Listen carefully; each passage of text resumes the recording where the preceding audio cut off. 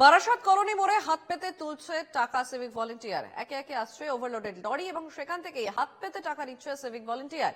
এই ভিডিও ইতিমধ্যেই সোশ্যাল মিডিয়ায় ভাইরাল। ভিডিও প্রকাশ্যে আসতেই নিন্দার ঝড় রাজনৈতিক মহলে।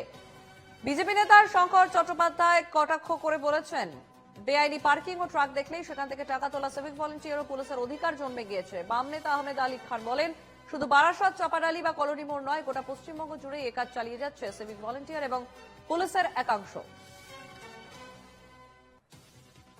আমাদের সঙ্গে ফোন লাইনে রয়েছেন আমাদের প্রতিনিধি দীপঙ্কর ভৌমিক। দীপঙ্কর, হাত পেতে টাকা তুলছে সিভিক ভলেন্টিয়ার এবং তা সোশ্যাল মিডিয়া ইতিমধ্যেই ভাইরাল এবং গোটা বিষয় নিয়ে কিন্তু রাজনৈতিক চর্চা শুরু হয়ে গিয়েছে।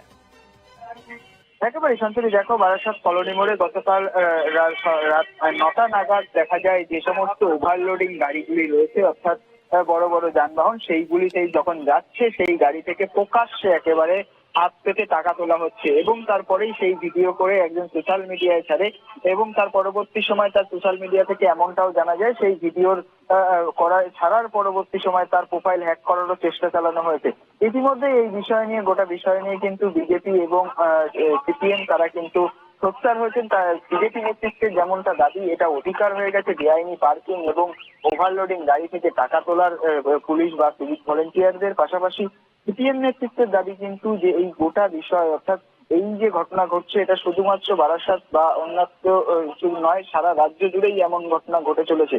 তবে ইতিমধ্যেই গোটা বিষয় নিয়ে পুলিশ সুপার তিনি যেমনটা জানিয়েছেন যে একজন সিনিয়র অফিসারকে এই দায়িত্ব দেওয়া হয়েছে, গোটা বিষয়টি তদন্ত করে তার বিরুদ্ধে উপযুক্ত ব্যবস্থা নেওয়া হবে। তবে তৃণমূল নেতৃত্বের পক্ষ থেকে কিন্তু এখনো পর্যন্ত কোনো রকম কোনো প্রতিক্রিয়া পাওয়া যায়নি। তবে এই যে গোটা বিষয় প্রকাশ্যে এসছে, অর্থাৎ সিভিক ভলেন্টিয়ারের টাকা তোলা, বিভিন্ন জায়গায় কিন্তু এই সিভিক ভলেন্টিয়ারের বিরুদ্ধে যে অভিযোগ উঠে এসছে, সেই ছবিটাই কোথাও যেন এই ভাইরাল ভিডিওতে কিন্তু আবারও একবার প্রকাশ্যে আসছে। চঞ্চল, বেশ, ধন্যবাদ দীপঙ্কর। আমাদের সঙ্গে ফোন লাইনে ছিলেন প্রতিনিধি দীপঙ্কর ভৌমিক।